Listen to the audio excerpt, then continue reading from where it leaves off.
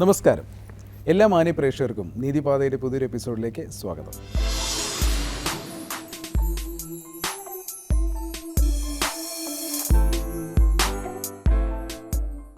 നമ്മളിന്ന് ജീവിക്കുന്നത് ഒരു പാരലൽ വേൾഡിലാണ്. അതായത് ഭൂമിയിൽ ഉള്ളതുപോലെ ഒരു സൈബർ വേൾഡ് എന്നത് ഒരു ലോകം തന്നെ നമുക്ക് ചുറ്റുമുണ്ട്. കഴിഞ്ഞ 10 വർഷം അല്ലെങ്കിൽ ഒരു 5 വർഷത്തെ ഒരു കണക്കെടുത്ത് കഴിഞ്ഞാൽ നമ്മൾ ഒരുപാട് കാര്യങ്ങൾ മുന്നോട്ട് പോയിട്ടുണ്ട്. അത് സാങ്കേതിക വിദ്യയുടെ കുതിച്ചുചാട്ടം എന്ന് വേണമെങ്കിൽ തന്നെ നമുക്ക് പറയാം. അതോടൊപ്പം നമ്മുടെ ജീവിതത്തിൻ്റെ സമസ്ത മേഖലകളിലും ഈ സൈബർ ഇടം അല്ലെങ്കിൽ സൈബറിൻ്റെ ഒരു ഇൻഫ്ലുവൻസ് ഉണ്ടായിട്ടുണ്ട്. അപ്പോൾ അതിനെ തുടർന്ന് സൈബർ ലോ എന്നൊരു നിയമ സംവിധാനം തന്നെ ഉടലെടുത്തിട്ടുണ്ട്. അപ്പോൾ സൈബർ ലോയെക്കുറിച്ചാണ് നീതിപാതയുടെ ഈ ഒരു എപ്പിസോഡിൽ സംസാരിക്കുന്നത്. അതിലേക്കായി അഡ്വക്കേറ്റ് ബിന്ദു ജോർജ് നമ്മോടൊപ്പം ചേരുന്നു. നമസ്കാരം മാഡം. നമസ്കാരം മാഡം, ഞാൻ ഈ പറഞ്ഞ കാര്യങ്ങൾ തന്നെ ഈ സൈബർ ലോ എന്നതിൻ്റെ പ്രാധാന്യം നമുക്കെല്ലാവർക്കും അറിയാം. ഇപ്പോൾ നമ്മുടെ കയ്യിൽ അല്ലെങ്കിൽ നമ്മളിപ്പോൾ ടെലികാസ്റ്റ് ചെയ്യുന്ന ഈ പ്രോഗ്രാം പോലും ഇതിൻ്റെയൊക്കെ ഭാഗമായിട്ട് അല്ലെങ്കിൽ ചട്ടക്കൂടുകളിൽ നിന്നുമാണ് സംഭവിക്കുന്നത്. അതുപോലെ നമുക്ക് ഒരുപാട് അഡ്വാൻറ്റേജ് തരുന്നു. അല്ലെങ്കിൽ അതിപ്പോൾ ഒരു ഡോക്ടറുടെ കാര്യത്തിലായാലും അല്ലെങ്കിൽ കോടതി നടപടികളിലൊക്കെ ആണെങ്കിലും, കാരണം ഇപ്പോൾ കൊറോണ വന്ന സമയത്തൊക്കെ നമ്മൾ ഇതിനെ ഡിപ്പെൻഡ് ചെയ്താണ് പല കാര്യങ്ങളും നമ്മളുടെ പ്രൊഫഷണൽ പോലും നമ്മൾ ചെയ്തിട്ടുള്ളത്. അതൊന്നും തടസ്സമില്ലാതെ നടന്നത് അല്ലെങ്കിൽ നടത്തിയെടുത്തത് ഈ ഒരു ശാസ്ത്ര അല്ലെങ്കിൽ സാങ്കേതിക വിദ്യയുടെ ഒരു അഡ്വാൻറ്റേജ് ഹെൽപ്പ് തന്നെയാണ്. അപ്പോൾ അതോടൊപ്പം നമ്മൾ ഏറ്റവും ഭീതിതമായി അല്ലെങ്കിൽ പേടിക്കേണ്ട ഒരു സംഗതി കൂടി ആയിട്ടാണ് ഇപ്പോൾ ഒരു സൈബർ ഇടങ്ങൾ മാറിയിരിക്കുന്നത്. അത് ഒരു പ്രായം എന്നതിലുപരി ഇന്നത്തെ കാലത്ത് പ്രായഭേദമന്യേ കൊച്ചു കുട്ടികൾ മുതൽ വൃദ്ധരായ ആൾക്കാർ വരെ ഇതിന്റെ ചതിക്കുഴികളിൽ അത് ഞങ്ങൾ ചതിക്കപ്പെടുകയാണെന്ന് പോലും അറിയാതെ, അതായത് ഒരു ചതി നടന്നാൽ പോലും അത് മനസ്സിലാക്കാനുള്ള ശേഷിയില്ലാതെ ആണ് ഇപ്പോൾ സംഭവിച്ചുകൊണ്ടിരിക്കുന്നത്. കാരണം അതെല്ലാം ഇതിൻ്റെ ഒരു നെഗറ്റീവ് അല്ലെങ്കിൽ ഒരു ചൂഷണം എന്നൊക്കെ പറയാം. ആൾക്കാരെ നല്ല രീതിയിൽ കൃത്യമായി കമ്പ്യൂട്ടർ അല്ലെങ്കിൽ അതുമായി ബന്ധപ്പെട്ട സോഫ്റ്റ്വെയർസൊക്കെ ഉപയോഗിക്കാൻ അറിയാവുന്ന ആൾക്കാർ അവരുടെ ധനസമ്പാദനത്തിനും വിനോദ കാര്യങ്ങൾക്കുമായിട്ട് ഈ ഒരു കാര്യം കൃത്രിമമായും അല്ലെങ്കിൽ ഒരു വയലേഷൻ തന്നെയാണ് നടക്കുന്നത്. മറ്റുള്ളവരുടെ പ്രൈവസി ഒന്നും മാനിക്കാതെ അതിലേക്കാണ് നമ്മളിപ്പോൾ ചെന്നെത്തി നിൽക്കുന്നത്. ഗുണം പോലെ തന്നെ ഗുണത്തോടൊപ്പം തന്നെ ദോഷവും ഉണ്ട്. അത് അതിക്രൂരവുമാണ്. ഒരാളുടെ ജീവിതം തന്നെ നശിപ്പിച്ച് കളയാൻ കഴിയുന്ന അല്ലെങ്കിൽ ഒരു കുടുംബത്തെ തന്നെ വൈപ്പ് ഔട്ട് ചെയ്യാൻ കഴിയുന്ന രീതിയിൽ ഒരു വെപ്പണായിട്ട് അത് മാറുകയും ചിലർ അത് കൃത്യമായി ഉപയോഗിക്കുകയും ചെയ്യുന്നു എന്നാണ് നമുക്ക് മനസ്സിലാക്കാൻ സാധിക്കുന്നത്. അപ്പോൾ അവിടെയാണ് സൈബർ ലോയുടെ പ്രസക്തി. തീർച്ചയായും. അപ്പോൾ മാഡം, സൈബർ ലോയ്ക്ക് തന്നെ നമുക്ക് അത് നേരിട്ട് തുടങ്ങാം. കമ്പ്യൂട്ടർ, ഇൻ്റർനെറ്റ്, കമ്പ്യൂട്ടർ അനുബന്ധമായ മറ്റ് കാര്യങ്ങൾ ഇവ ഉപയോഗിക്കുമ്പോൾ അറിഞ്ഞിരിക്കേണ്ട കാര്യങ്ങളാണ് മെയിനായിട്ട് നമ്മൾ ഈ എപ്പിസോഡിൽ സംസാരിക്കുന്നത്. ഇതിനെക്കുറിച്ചുള്ള കുറ്റങ്ങളാണ് സൈബർ ക്രൈംസ് എന്ന് പറഞ്ഞു വരുന്നത്. 2000 ഇൻഫർമേഷൻ ടെക്നോളജി ആക്ട് പ്രാബല്യത്തിൽ വന്നത്. അപ്പം ഇതിനകത്ത് പല സെക്ഷനുകളും ഉണ്ടെങ്കിലും ഏകദേശം 124 സെക്ഷനോളം അമെൻമെൻറ്റിന് ശേഷം വന്നിട്ടുണ്ടെങ്കിലും പ്രധാനപ്പെട്ട പല കാര്യങ്ങളും ഈ ഇന്നത്തെ കാലത്ത് ഈ ഇലക്ട്രോണിക് യുഗത്തിൽ അറിഞ്ഞിരിക്കേണ്ടതുണ്ട്. കാരണം almost all category of persons ഒരു പ്രായവ്യത്യാസവും ഇല്ലാതെ കമ്പ്യൂട്ടറിലാണെങ്കിലും മൊബൈലാണെങ്കിലും ഇപ്പം നമ്മൾ ഫേസ്ബുക്ക്, ഇൻസ്റ്റഗ്രാം അങ്ങനത്തെ എല്ലാ കാര്യങ്ങളും നമ്മൾ ഉപയോഗിച്ച് വരുന്നുണ്ട്. അതിൽ ഒരുപാട് ചതികളിൽ പെട്ടുപോകുന്നുണ്ട്. പിന്നെ മണി ചെയിൻ തട്ടിപ്പുകൾ പോലെ എല്ലാം ഇപ്പം ഇൻ്റർനെറ്റിൻ്റെ അല്ലെങ്കിൽ കമ്പ്യൂട്ടറുമായി ബന്ധപ്പെട്ടിട്ടാണ് ഇപ്പം മോഷണം, ഒരു തരത്തിലുള്ള മോഷണം, വഞ്ചന, അങ്ങനെ പല കാര്യങ്ങളും നടക്കുന്നുള്ളത് ഉണ്ട്. ഈ കമ്പ്യൂട്ടർ ഇൻഫർമേഷൻ ടെക്നോളജി ആക്ടിലെ ഏറ്റവും പ്രധാനപ്പെട്ടതെന്ന് പറഞ്ഞാൽ 66A എന്ന സെക്ഷൻ റിമൂവ് ചെയ്തു എന്നുള്ളതാണ് സുപ്രീം കോടതിയുടെ വിധി പ്രകാരം. അതായത് നമ്മൾ ഇപ്പം ഈ ആക്ടിൻ്റെ പരിധിയിൽ വരുന്നതാണ്. ഇപ്പം നമ്മൾ 2 ഫേസ്ബുക്ക് അക്കൗണ്ട് ക്രിയേറ്റ് ചെയ്തിട്ടുണ്ടെങ്കിൽ അത് ഈ ആക്ട് പ്രകാരം അത് അനുവദനീയമല്ല. അതുപോലെ തന്നെ അശ്ലീല ചിത്രങ്ങൾ, അശ്ലീല വീഡിയോ, അശ്ലീലമായ മറ്റ് കാര്യങ്ങൾ, ലൈംഗിക ദൃഷ്ടിയോടുകൂടിയുള്ള സംഭാഷണങ്ങൾ, ചാറ്റിങ്സ്, ഇതെല്ലാം ഈ ആക്ടിൻ്റെ പരിധിയിൽ വരുന്നതാണ്. അതുകൊണ്ട് തന്നെ എല്ലാവരും ഈ ആക്ടിനെക്കുറിച്ച് അറിഞ്ഞിരിക്കേണ്ട ഒരു മിനിമം അവെയർനെസ് ഈ കാര്യങ്ങളൊക്കെ ഉപയോഗിക്കുന്നത്. ഇപ്പോൾ നമ്മൾ വാട്സപ്പിലൂടെയാണെങ്കിലും ഫേസ്ബുക്കിലൂടെയാണെങ്കിലും പല കാര്യങ്ങളും ചെയ്യുന്നുണ്ട്. അതുപോലെ തന്നെ നമ്മുടെ ബാങ്കിങ് മേഖലയൊക്കെ ആണെങ്കിൽ തന്നെയും നമ്മൾ പേയ്മെൻറ്റ്സ്, ഗൂഗിൾ പേ, ജിപേ, അങ്ങനെ പല കാര്യങ്ങളും ഉപയോഗിക്കുന്നത് കൊണ്ട് നമ്മൾ ഇതിനെക്കുറിച്ചൊക്കെ ഉള്ളൊരു അവയർനെസ് ഉണ്ടായിരിക്കുക എന്നത് വളരെ നല്ലതായൊരു കാര്യമാണ്. അത് മാത്രമല്ല, കാരണം ഇപ്പോൾ കൊച്ചു കുട്ടികൾ പോലും ഇറസ്പെക്റ്റീവ് ഓഫ് ഏജ് എന്നുള്ളത് മാത്രമല്ല, അപ്പോൾ കൊച്ചുകുട്ടികൾ പോലും ഇപ്പോൾ ഇങ്ങനെയുള്ള അല്ലെങ്കിൽ ഒരു സൈബർ ഇടങ്ങളിലൊക്കെ അവരുടെ ഒരു സ്പേസ് അവരുണ്ടാക്കിയെടുക്കുന്നുണ്ട്.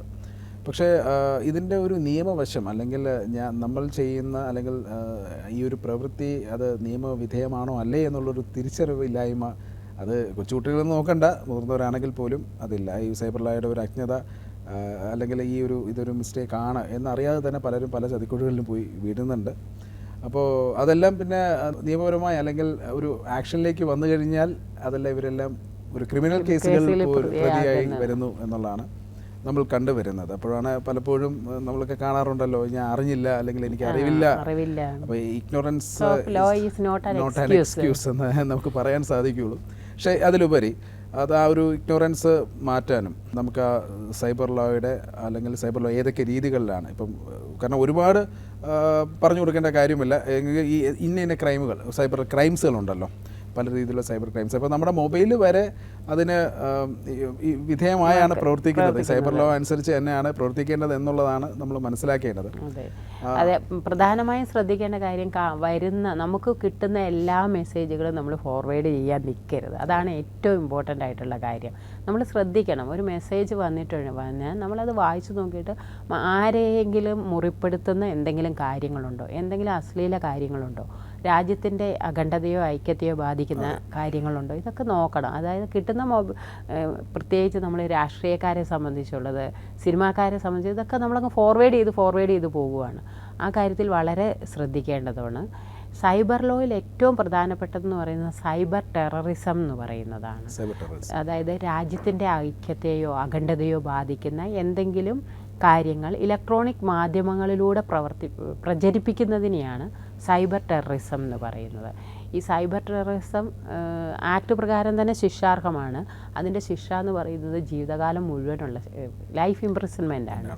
അതായത് അതിൽ ഒരു കാര്യം കൂടിയുണ്ട്. നമ്മുടെ ഫോൺ അല്ലെങ്കിൽ നമ്മൾ യൂസ് ചെയ്യുന്ന സോഷ്യൽ മീഡിയയിൽ യൂസ് ചെയ്യുന്ന ചാറ്റിംഗ് സോഫ്റ്റ്വെയർസ്, ഈ വാട്സാപ്പ്, ടെലിഗ്രാം അതുപോലുള്ള കുറേ സോഫ്റ്റ്വെയർസ് ഉണ്ട്. അതെല്ലാം നമ്മുടെ അറിവിൽ തന്നെ പ്രവർത്തിക്കുന്നു എന്ന് ഉറപ്പുവരുത്തുന്നത് നമ്മുടെ ഉത്തരവാദിത്തമാണ്. കാരണം ഈ നമ്മുടെ പേരിലുള്ള ഒരു ഫോണിൽ വേറൊരാളെടുത്ത് ഈ കാര്യങ്ങൾ ചെയ്താലും നമ്മളത് പ്രൂവ് ചെയ്യാൻ പറ്റിയില്ലെങ്കിൽ നമുക്കായിരിക്കും അതിന് ഉത്തരവാദിത്തം. എൻ്റെ ഫോൺ എടുത്ത് എക്സ് എന്ന് പറഞ്ഞ ആൾ ഉപയോഗിച്ച് ഇങ്ങനെ ചാറ്റിങ്ങോ ഇങ്ങനെ വല്ല സൈബർ ടെററിസമോ നടത്തിയാൽ ഞാനത് പ്രൂവ് ചെയ്യണം. എൻ്റെ ഫോൺ ഞാനല്ലായിരുന്നു ഉപയോഗിച്ചത്, എക്സ് ആയിരുന്നു ഉപയോഗിച്ചത്. അത് പ്രൂവ് ചെയ്യാൻ എനിക്ക് സാധിച്ചില്ലെങ്കിൽ ഞാൻ തന്നെ അതിന് ഉത്തരവാദിയാകുകയും എനിക്ക് ശിക്ഷ ലഭിക്കുകയും ചെയ്യും. അതുപോലെ തന്നെ കമ്പ്യൂട്ടറിൻ്റെ കാര്യത്തിലാണെങ്കിലും അങ്ങനെ തന്നെ. നമ്മളുടെ സിസ്റ്റം ഉപയോഗിച്ച് വേറൊരാൾ മെസ്സേജ് ഫോർവേഡ് ചെയ്തിട്ടുണ്ടെങ്കിൽ ആ കമ്പ്യൂട്ടറിൻ്റെ ഓണറായിരിക്കും അതിന് ഉത്തരവാദി. അൺലെസ് അതർവൈസ് അദ്ദേഹം ഞാനല്ല എന്നുള്ളത് എങ്കിൽ പോലും അത് നമുക്ക് നമ്മുടെ ഒരു സംവിധാനത്തിൽ, നിയമ സംവിധാനത്തിൽ അങ്ങനെയൊക്കെ പ്രൂവ് ചെയ്ത് വരിക എന്ന് പറയുന്നത് ചിലപ്പോൾ എത്ര സമയമെടുക്കുന്നു നമുക്ക് പോലും പറയാൻ കഴിയില്ല. അപ്പോൾ ആയതിനാൽ നമ്മളുടെ അധീനതയിലുള്ള ഇലക്ട്രോണിക് ഡിവൈസസ് എല്ലാം സുരക്ഷിതമാണ് എന്ന് ഉറപ്പ് വരുത്തേണ്ടതും അത് സുരക്ഷിതമായ കരങ്ങളിലൂടെയാണ് ഉപയോഗിക്കുന്നു, നമ്മുടെ കുട്ടികൾ ഉൾപ്പെടെ അത് ഉപയോഗിക്കുന്നു എന്നുള്ള ഉറപ്പ് വരുത്തുന്നത് നമ്മുടെ ഉത്തരവാദിത്വമാണ്. അതാണ് ഈ സൈബർ ലോ ഓർമ്മിപ്പിക്കുന്നത്. കാരണം അതൊരു നിയമമാണ്, നിയമവ്യവസ്ഥയാണ്. അപ്പോൾ അതിലേക്ക് വരുമ്പോൾ പ്രധാനമായും സൈബർ ടെററിസത്തിനെ കുറിച്ച് പറഞ്ഞു. ഇനി അടുത്തത്, ഇന്നത്തെ കാലത്ത് OLX മുഖാന്തരവും അതുപോലുള്ള മറ്റു കാര്യങ്ങൾ മുഖാന്തരവും നമ്മൾ ഒരുപാട് വസ്തുക്കൾ, ഇലക്ട്രോണിക് ഗാഡ്ജറ്റ്സ് ഇതൊക്കെ നമ്മൾ വാങ്ങുന്നുണ്ട്. Receiving stolen properties, stolen things IPC മുഖാന്തരം ശിക്ഷാർഹമാണെങ്കിൽ കൂടിയും കമ്പ്യൂട്ടർ അനുബന്ധമായ കാര്യങ്ങൾ സ്റ്റോളൻ ആയിട്ടുള്ള സാധനങ്ങൾ വാങ്ങിയാൽ അത് സൈബർ ആക്ടിലാണ് വരുന്നത്. ഇതിനകത്ത് ഏറ്റവും പ്രധാനപ്പെട്ട സൈബർ ആക്ടിലെ കാര്യങ്ങൾ തീരുമാനിക്കുന്നത് സാധാരണ സിവിൽ കോടതികൾക്ക് അധികാരമില്ല. അതിന് സൈബർ ട്രിബ്യൂണൽസ് തന്നെയുണ്ട്. പിന്നെ Indian evidence act, banking act, Indian penal code ഇവയൊക്കെ സൈബർ ലോയ്ക്ക് അനുസൃതമായി ചില അമെൻമെൻറ്റ്സുകൾ വരുത്തിയിട്ടുണ്ട്. റിസീവിങ് ഈ കമ്പ്യൂട്ടർ കണക്റ്റഡ് ആയിട്ടുള്ള സ്റ്റോളൻ പ്രോപ്പർട്ടീസ് എടുക്കുന്നത് തികച്ചും ശിക്ഷാർഹമാണ്. അതും സൈബർ ആക്ടിൻ്റെ പരിധിയിൽ വരുന്നത്.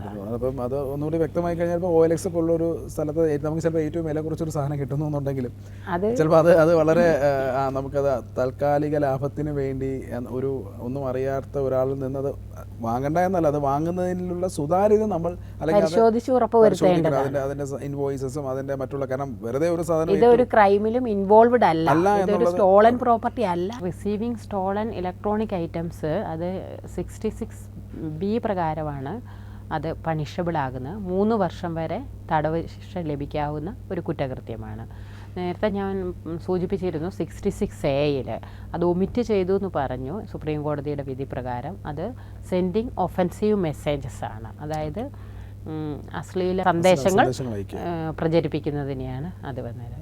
ഇനി വേറൊരു മേഖല എന്ന് പറയുന്നത് 66A മുതൽ F വരെ. F എന്ന് പറയുന്നത് സൈബർ ടെററിസമാണ്. അതെല്ലാം പ്രധാനപ്പെട്ട കാര്യങ്ങളാണ്. ഒട്ടുമിക്ക ഒഫൻസുകളിലും 3 വർഷം അല്ലെങ്കിൽ 1 ലക്ഷം രൂപ, 3 ലക്ഷം രൂപ, അങ്ങനെ പല ചെയ്യുന്നതിനനുസരിച്ച് നമുക്ക് ശിക്ഷകൾ ലഭിക്കാം. ഇതുപോലുള്ള കാരണം ഇത് വളരെ ഈസി ആയിട്ട് നമുക്കിപ്പോൾ ഈ കുറ്റകൃത്യത്തിൽ ഏർപ്പെടാൻ കഴിയുന്നതാണ്. അതിനകത്ത് വേറെ വലിയ ഗൂഢാലോചന ഒന്നും വേണ്ട.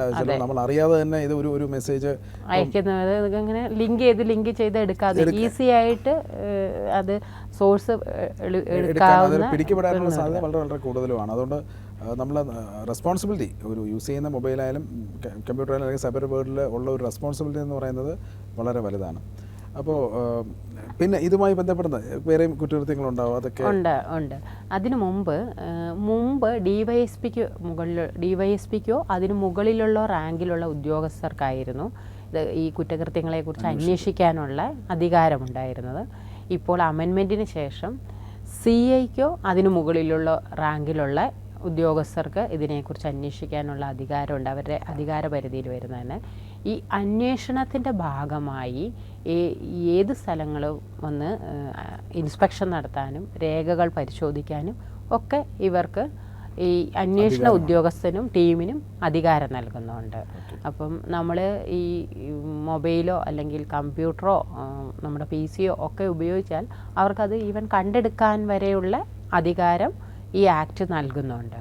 ഇനി പ്രധാനമായ മറ്റൊരു കാര്യം എന്ന് പറഞ്ഞിട്ടുണ്ടെങ്കിൽ സൈബർ സ്ക്വാട്ടിംഗ് ആണ്.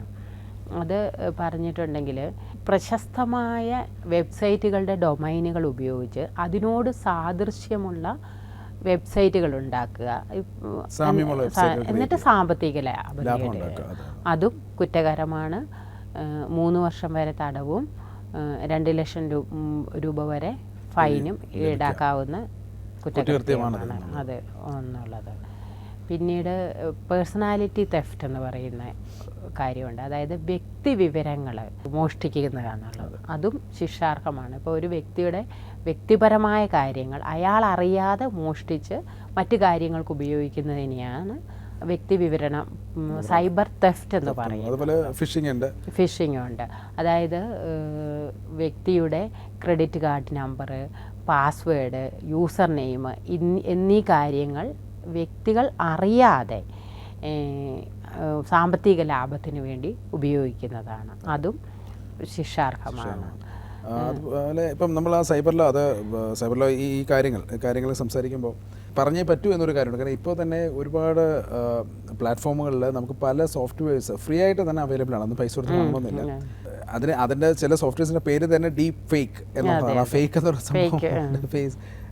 അപ്പോൾ അത് ഉപയോഗിച്ച് മറ്റുള്ള ആൾക്കാരുടെ ഒരു ഇമേജ് ക്രിയേറ്റ് ചെയ്യുക, ഒരു വീഡിയോ അല്ലെങ്കിൽ എന്തെങ്കിലും ക്രിയേറ്റ് ചെയ്യുകയും അതൊരു തമാശക്കൊക്കെ ആദ്യം ആൾക്കാർ ഉപയോഗിക്കുന്നു. പക്ഷെ അതിൻ്റെ ഒരു ദൂരവ്യാപകമായ പ്രത്യാഘാതങ്ങളാണ് അത് ഉണ്ടാക്കാൻ സാധ്യത. പക്ഷെ അതുമായി ബന്ധപ്പെട്ടൊന്നും ഒരു ക്രൈം ഇതുവരെ ചിലപ്പോൾ റിപ്പോർട്ട് ചെയ്തിട്ടുള്ളതായിട്ട് എൻ്റെ അറിവിലില്ല. പക്ഷെ അതൊക്കെ ആക്ട് പ്രകാരം ഇപ്പോൾ ഒരു തമാശക്കാണെങ്കിൽ നമ്മളൊരു വീഡിയോ അത് ചെയ്തിട്ട് സോഷ്യൽ മീഡിയ പ്ലാറ്റ്ഫോമുകളിൽ പങ്കുവയ്ക്കുമ്പോൾ അതുമായി ബന്ധപ്പെട്ട ഒരു പരാതി വരികയാണെങ്കിൽ നമ്മൾ ആ പങ്കുവയ്ക്കുന്നവരും അത് ക്രിയേറ്റ് ചെയ്യുന്നവരും അത് ക്രിയേറ്റ് ചെയ്യുന്നവരും മാത്രമല്ല അത് എത്ര പേരിലേക്ക് ഷെയർ ചെയ്യപ്പെട്ടു അത് ഓരോന്നും അവർക്ക് കൃത്യമായി എടുക്കാൻ സാധിക്കുന്നതാണ്. അപ്പോൾ അങ്ങനെയുള്ള കാര്യങ്ങളിൽ ഇതെല്ലാം ആദ്യം ഒരു ഫൺ ആക്ടിവിറ്റീസ് എന്നതിലുപരി ഇതിനകത്തൊക്കെ ഒരു ഗ്രേവ് മിസ്റ്റേക്ക് ഉണ്ട് എന്നുള്ള കാര്യം. ഇപ്പോൾ ഒരാളുടെ തമാശയ്ക്ക് ക്രിയേറ്റ് ചെയ്യുന്ന വീഡിയോ അതങ്ങനെയല്ല, വേറൊരു രീതിയിലേക്ക് ഒരു ബ്ലാക്ക് അവരെ മാനസികമായി തളർത്തുന്നതായിരിക്കും, അല്ലെങ്കിൽ അവരുടെ റെപ്യൂട്ടേഷന് ബുദ്ധിമുട്ടുണ്ടാക്കുന്നതായിരിക്കും.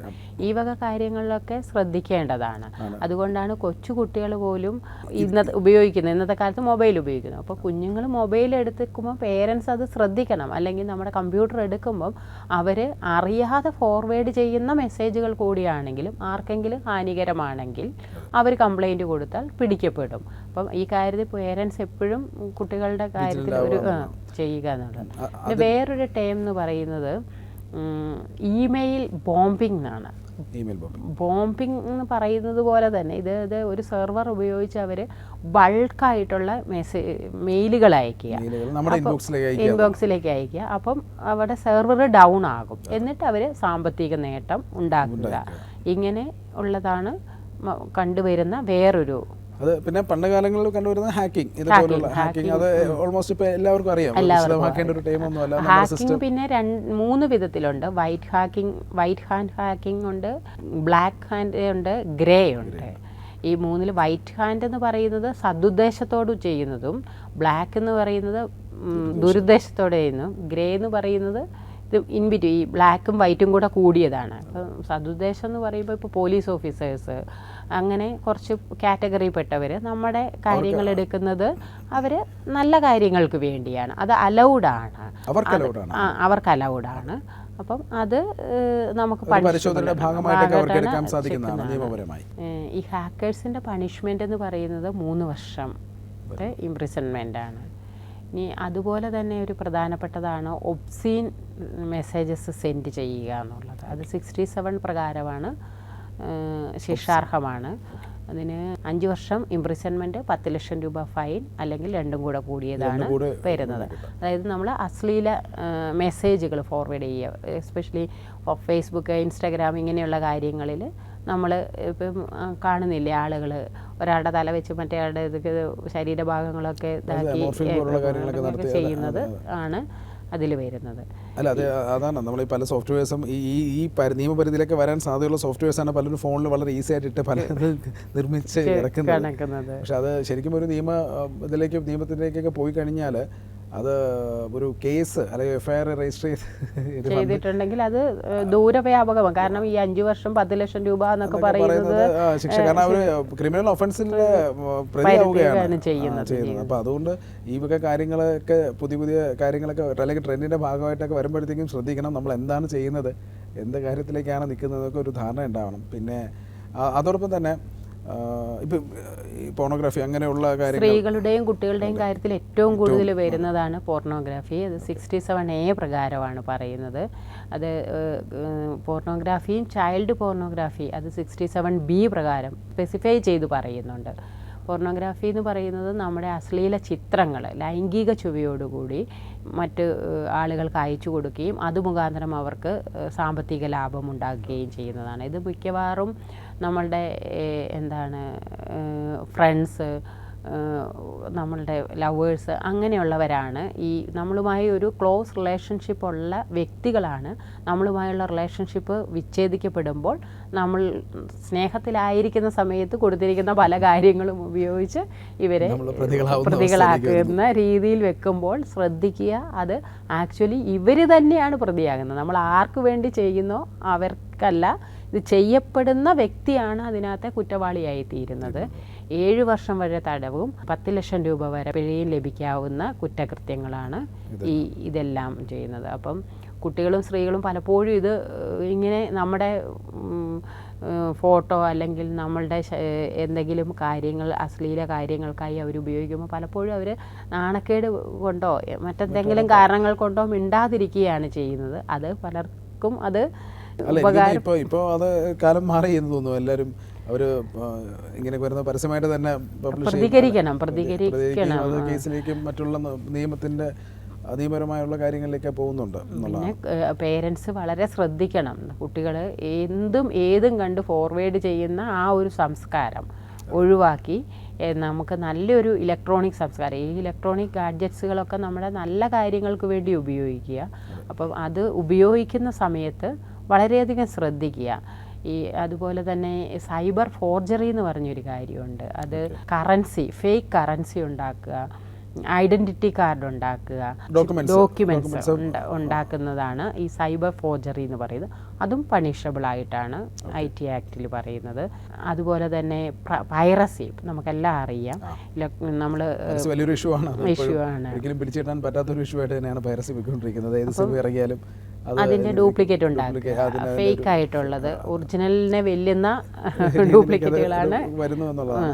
അത് അവിടെ റിലീസ് ആകുമ്പോൾ തന്നെ നമ്മൾ പല ഇത് നമുക്കറിയാവുന്ന പല ആപ്പുകളിലും അത് വരുന്നുണ്ട്, ലഭിക്കുന്നുണ്ട്. പക്ഷെ അത് കാണുന്നത് പോലും കുറ്റമാണ്. അങ്ങനെ കേസ് രജിസ്റ്റർ ചെയ്തിട്ടുണ്ട്. നമ്മൾ അത് ഉപയോഗിക്കുക എന്നത് തന്നെ തെറ്റായി. നമ്മുടെ ഫോണിൽ നിന്നൊക്കെ അത് ആ ഒരു കണ്ടന്റ് അല്ലെങ്കിൽ അത് കിട്ടിക്കഴിഞ്ഞാൽ അത് ഒരു കേസിലേക്കൊക്കെ വഴി മാറാം. പക്ഷെ അത് ഈ കാര്യങ്ങളൊക്കെ ഒരുപാട് നാളുകളുടെ ഒരുപാട് ആൾക്കാർ പറയുന്നുണ്ട്.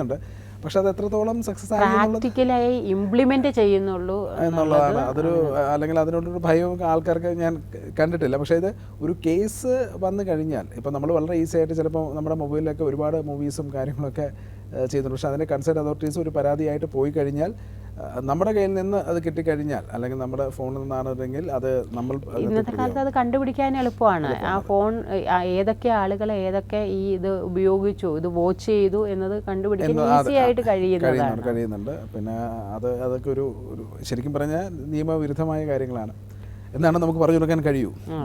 സൈബർ ഇടങ്ങളിൽ ഇങ്ങനെ ഒരുപാട് കാര്യങ്ങൾ നിൽക്കുന്നു. അതുപോലെ തന്നെ പിന്നെ ഒരു പ്രിക്കോഷൻ എന്ന നിലയിൽ ഇപ്പം പലർക്കും കാരണം പ്രായമായവരും മൊബൈൽ ഉപയോഗിക്കുന്നുണ്ട്. ഇപ്പോൾ ചില ഹണി ട്രാപ്പുകൾ പോലുള്ള സംവിധാനങ്ങൾ ഈ സൈബർ ഇടങ്ങളിൽ വളരെ വ്യാപകമായി നടക്കുന്നു. അതായത് ഒരു ഫോൺ ഒരു കോൾ വരിക, അത് കഴിഞ്ഞിട്ട് പെട്ടെന്ന് ഒരു വീഡിയോ കോൾ അറ്റൻഡ് ചെയ്ത് കഴിഞ്ഞാൽ നമ്മൾ ആ ഒരു കോൾ എടുത്തുകൊണ്ട് അവരതിനൊരു മോർഫിംഗ് ഇമേജ് ആക്കിയിട്ട് നമ്മളെ തന്നെ ഒരു ത്രെട്ടായിട്ട് നമുക്ക് വരിക എന്നുള്ളതാണ്.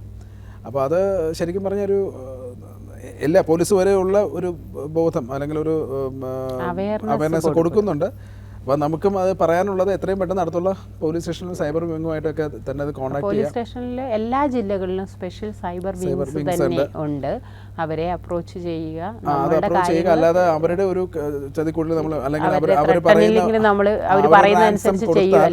ഒരു എമൗണ്ട് നമ്മൾ കൊടുത്തു കഴിഞ്ഞാൽ അതുകൊണ്ടൊന്നും നമ്മുടെ ആ ഒരു പ്രശ്നം അവസാനിക്കില്ല. ഇത് പിന്നെയും വന്നുകൊണ്ടേയിരിക്കും വരിക. അത് നമ്മൾ കൃത്യമായിട്ട് അത് കമ്മ്യൂണിക്കേറ്റ് അവർ തരുന്ന ഗൈഡ് ലൈൻസിൽ നമ്മൾ അത് പ്രവർത്തിക്കുക എന്നുള്ളതാണ്. നമ്മൾ ശക്തമായിട്ട് അതിനെ പ്രതിരോധിക്കുക എന്നുള്ളതാണ് അതിനുള്ള മാർഗം. കാരണം നമ്മൾ പോലും അറിയാതെ നമ്മൾ അതിനൊരു വിക്ടിം ആവുകയാണ്. അപ്പോൾ നമുക്കിതിനകത്ത് നമുക്ക് അനുകൂലമായ ശക്തമായ ഒരു നിയമം ഇവിടെയുണ്ട്. അത് നമ്മൾ മാക്സിമം എക്സ്പ്ലോർ ചെയ്യുക. അതോടൊപ്പം തന്നെ എന്തെങ്കിലും ചതിക്കുഴിയിൽ പെട്ടിട്ടുണ്ടെങ്കിൽ അതിന് പരിഹാരം കണ്ടെത്തുകയാണ് ചെയ്യുന്നത്. ഭയന്ന് അവരുടെ ത്രട്ടണിങ്ങിന് വശംവദരാകുകയോ അല്ല ചെയ്യേണ്ടത്. നമ്മൾ നമ്മുടെ നിയമങ്ങൾ, നമ്മളുടെ നല്ലൊരു ഇലക്ട്രോണിക് സംസ്കാരം, ഇൻ്റർനെറ്റ് സ്വഭാവ രൂപീകരണം, ഇതൊക്കെ നമ്മൾ നോക്കുക. ചില സമയത്ത് നമ്മൾ ഫേസ്ബുക്കിലോ അല്ലെങ്കിൽ ഇൻസ്റ്റാഗ്രാമിലോ യൂട്യൂബിലോ ഒക്കെ കയറി കഴിയുമ്പോൾ അറിയാതെ ഓരോന്നിലും ടച്ച് ചെയ്ത്, ഈ ടച്ച് ഫോണൊക്കെ ആയതുകൊണ്ട് അങ്ങനെ പലപ്പോഴും പലർക്കും സംഭവിക്കുന്നുണ്ടാകും. പ്രായമായവരൊക്കെ ആണെങ്കിൽ പ്രത്യേകിച്ചത്. അപ്പം അത് മടി കൂടാതെ അത് നമ്മൾ അറിയിക്കേണ്ട അധികാരികളെ അറിയിക്കുക. അല്ലാതെ ഇത് അയ്യോ നാണക്കേടായി എന്ന് പറഞ്ഞ് ഇരുന്നിട്ടുണ്ടെങ്കിൽ നമുക്ക് നഷ്ടം മാത്രമേ ഉണ്ടാവുകയുള്ളൂ എന്നുള്ളതാണ്. പിന്നെ അതുപോലെ തന്നെ ചില ഫോൺ കോൾസ് വന്നിട്ട് ഫണ്ട് ട്രാൻസ്ഫർ ഒരുപാടുണ്ട്. അത് നമ്മളൊന്നും വിശദമായി പറഞ്ഞു. ബാങ്കിങ് മേഖലകളിലുണ്ട്, എല്ലാ മേഖലകൾ. കാരണം ഇപ്പം ഇന്റർനെറ്റിന്റെയും കമ്പ്യൂട്ടറിന്റെയും ഉപയോഗം ഓൾമോസ്റ്റ് ഓൾ ഫീൽഡിലായതുകൊണ്ട് എല്ലാത്തിലും അത് വരുന്നുണ്ട്. ഇപ്പം ഈ കേരളത്തിലാണെന്ന് തോന്നുന്നു ഏറ്റവും കൂടുതൽ ഈ ബാങ്കിങ് മേഖലകളിലെ തട്ടിപ്പുകൾ ഇഷ്ടം പോലെ വരുന്നുണ്ട്. അതിന് തന്നെ പ്രത്യേകമായ ഒരു സെക്ഷൻ തന്നെയുണ്ട്. ബാങ്കിലെ നമ്മുടെ വ്യക്തി വിവരങ്ങൾ ഏറ്റെടുത്ത് അവർ അത് പേഴ്സണലായിട്ട് ഉപയോഗിക്കുന്നതും അതും IT ആക്ട് പ്രകാരം ശിക്ഷാർഹമാണ്. പിന്നെ നമ്മളിപ്പോൾ ഒരു സൈബർ ലോയെ കുറിച്ചും അവരുടെ ഇപ്പോഴത്തെ പുതിയതായിട്ടുള്ള നീക്കങ്ങളെയും അല്ലെങ്കിൽ അതിൻ്റെ കാര്യങ്ങളും ശിക്ഷകളൊക്കെ നമുക്ക് ഇവിടെ പറയാൻ സാധിച്ചിട്ടുണ്ട്. അപ്പോൾ നീതിപാതയുടെ ഈ ഒരു എപ്പിസോഡ് ഇവിടെ വൈൻഡപ്പ് ചെയ്യാൻ സമയമായിരിക്കുകയാണ്. അപ്പോൾ അടുത്ത ഒരു നിയമമായിട്ട് നമുക്ക് വീണ്ടും കാണാം. നന്ദി, നമസ്കാരം.